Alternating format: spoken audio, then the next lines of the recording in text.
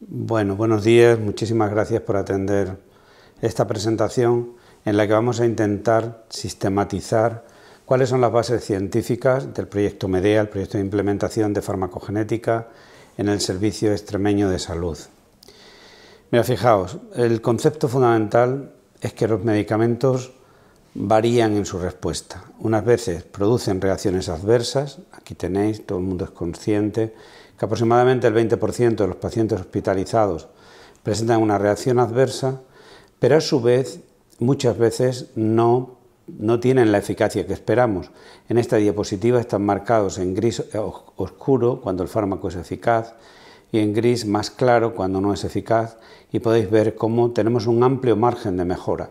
El problema, por tanto, se trata cómo podríamos disminuir la reacción adversa o identificar aquellos pacientes que no van a responder para no tener que esperar a observar la respuesta clínica y así retirar el tratamiento. Esta es la idea principal de la medicina personalizada o llamada medicina de precisión, no vamos a entrar ahí, y la farmacogenética. La farmacogenética sería identificar las variables genéticas que determinan que una persona responda de una manera diferente a otra cuando le administramos un medicamento. Esto es a lo que nos referimos como farmacogenética, que puede influir tanto a nivel farmacocinético como farmacodinámico. Lo voy a explicar de una manera más sencilla. Administramos una dosis esperando una concentración igual para todos los pacientes, pero a veces ocurre que esa dosis es insuficiente y otras veces es excesiva. Se trataría, por tanto, de identificar a aquellos pacientes que van a requerir mayor o menor dosis para darle la que le corresponde. A nivel farmacodinámico correspondería más con la medicina de precisión, que es identificar el target, el receptor, para ver si hay una mutación que impide que el fármaco funcione normalmente. Ahora mismo es sobre todo de enorme utilidad en oncología.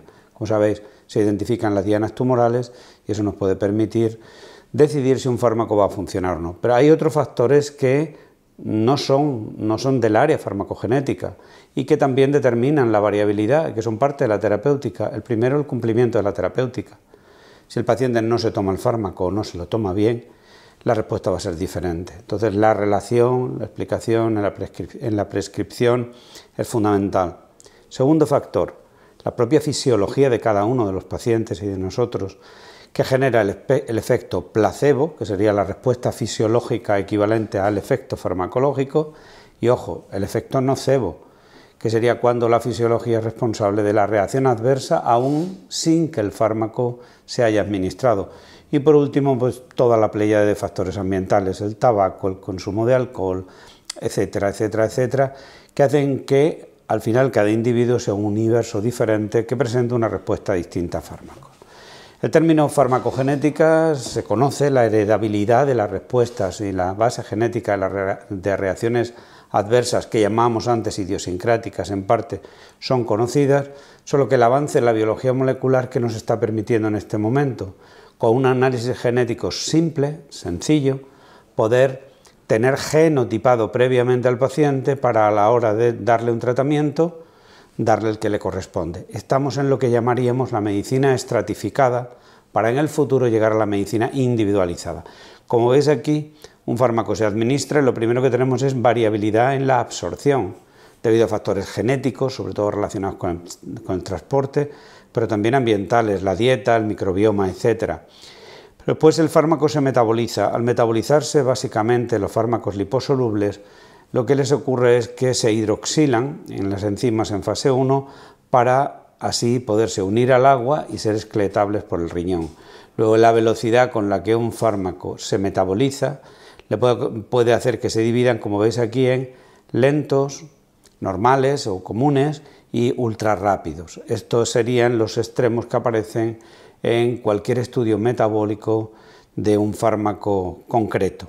Pero por último, el fármaco tiene que eliminarse tras ejercer su acción sobre el órgano que se trate. Luego, por tanto, tenemos biomarcadores de metabolismo, biomarcadores de receptores con otra serie de biomarcadores que aún no conocemos con precisión cuál sería su relevancia dentro del mundo real, en una situación clínica real.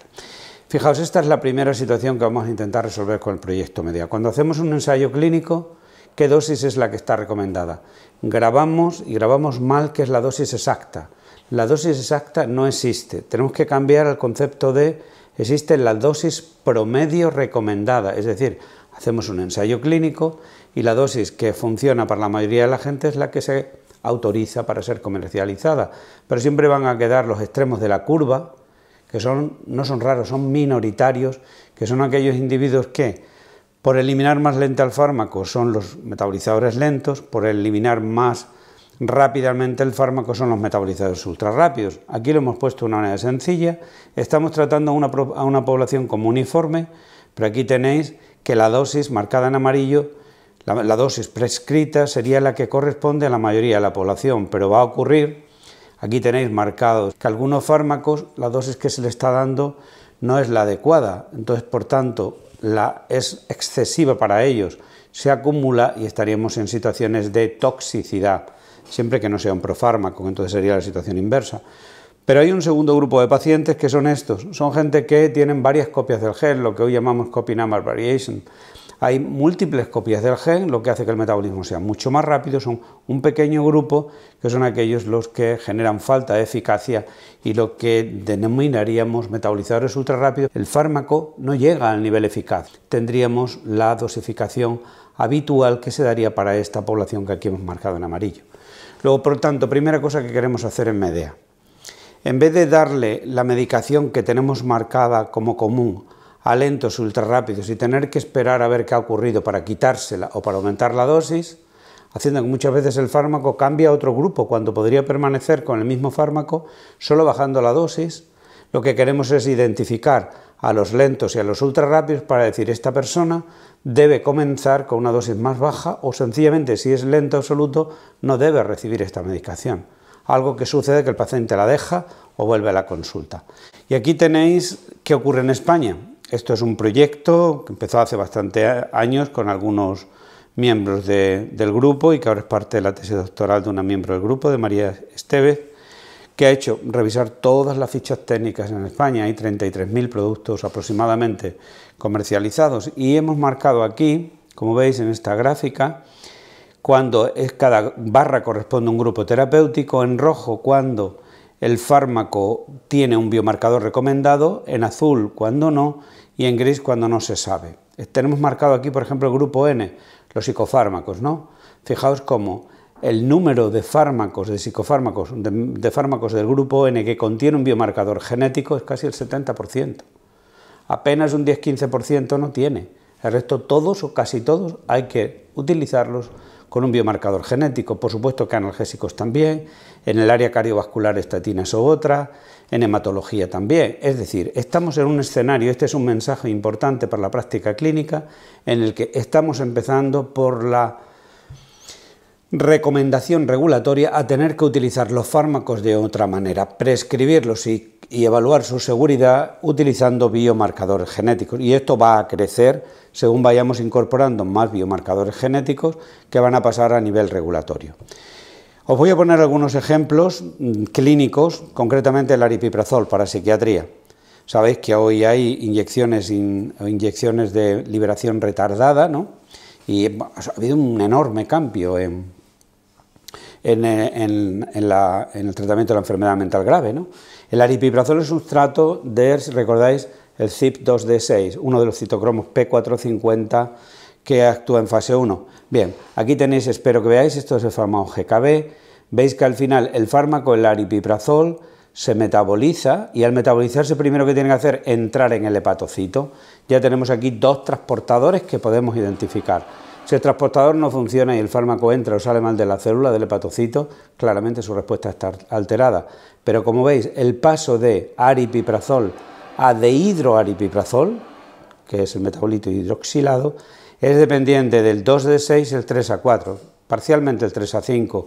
Luego, a mirar aquí la ficha técnica, las recomendaciones, que dice la dosis, por supuesto los metabolizadores lentos van a tener dificultades a la hora de recibir aripiprazol, pero aquí Abilify, el nombre Maintena, el nombre comercial, como veis los lentos está recomendando 300 miligramos, pero es que cuando además un lento toma un inhibidor de la otra enzima 3A4, está recomendando 200.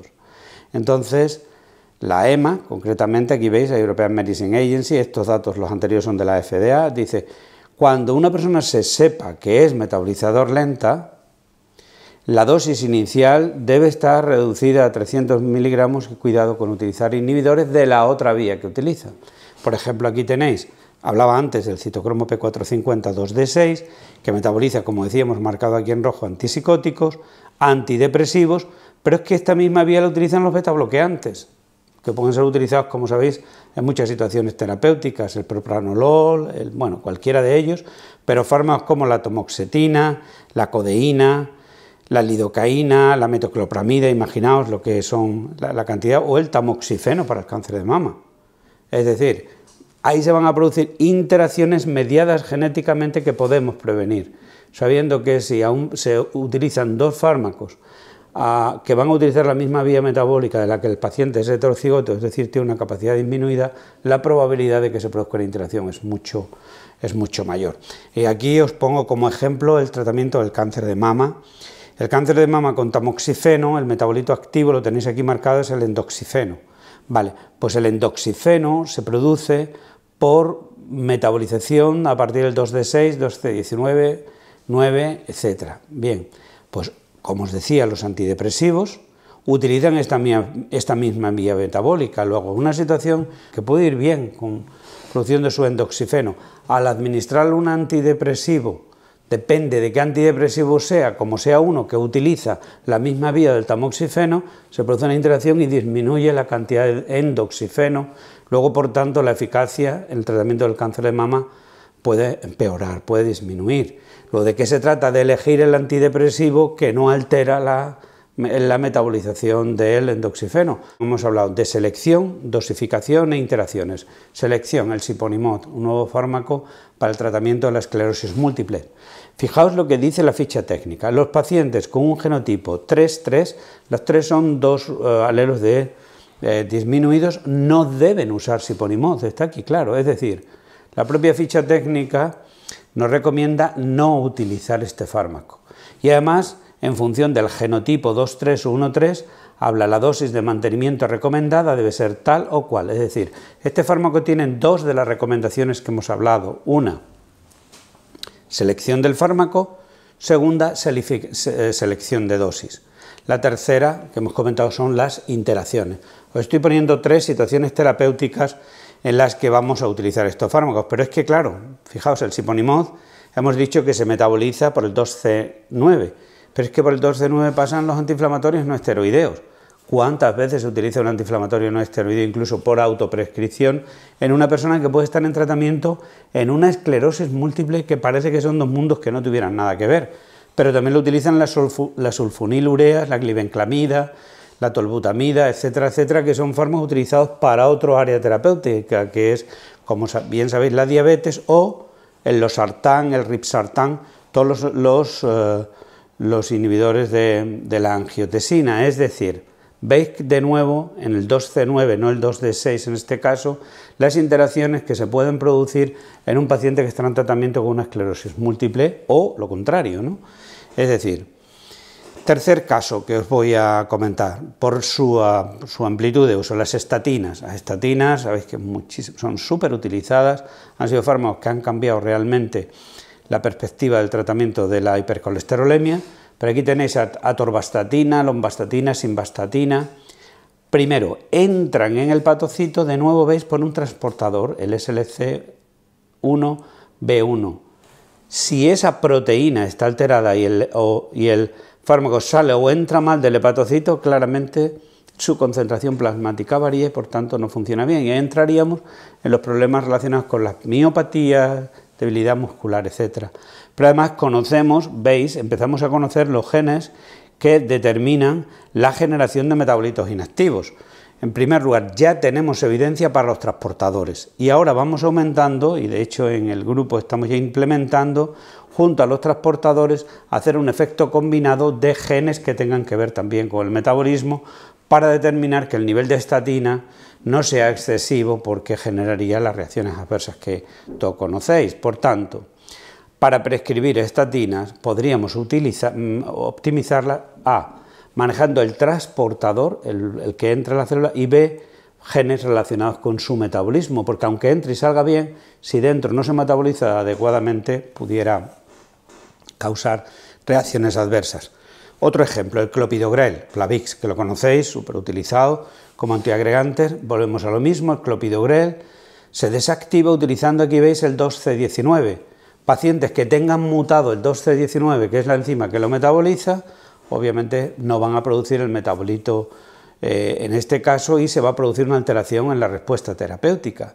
Luego tenemos dos problemas. Uno, personas que tengan una deficiencia genética, y fijaos, aquí tenéis las recomendaciones tomadas de la FDA, la EMA, la agencia japonesa, la canadiense y la suiza, es decir, estamos hablando ya de recomendaciones desde el punto de vista de agencias reguladoras. Hay que genotipar para optimizar la utilización, hay un black box warning del clopidogrel, pero segundo, ya os lo podéis imaginar, el 2C19 es utilizado por antidepresivos, por ejemplo, o por otros fármacos. Luego viene el segundo problema, el manejo de las interacciones y las situaciones complejas. En este escenario que hemos ido dibujando hace unos años, exactamente en 2013 nos planteamos, bueno, ha llegado la hora de trasladar esto a la clínica, pero el problema que tenemos es, primero tenemos que tener a los pacientes genotipados para la hora de prescribir o de manejar su seguridad, poder utilizar esa información, y segundo, cada vez hay más genes y ojo, va a haber más.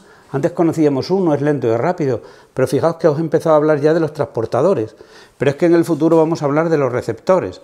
Luego, por tanto, necesitamos utilizar toda la potencia de las ciencias de datos para generar un programa que nos permita en la clínica poder, a la hora de prescribir, si pudiera ser en el JARA, tomar toda la información necesaria para que podamos elegir la mejor combinación. Ese es el sueño que nos planteamos, el objetivo.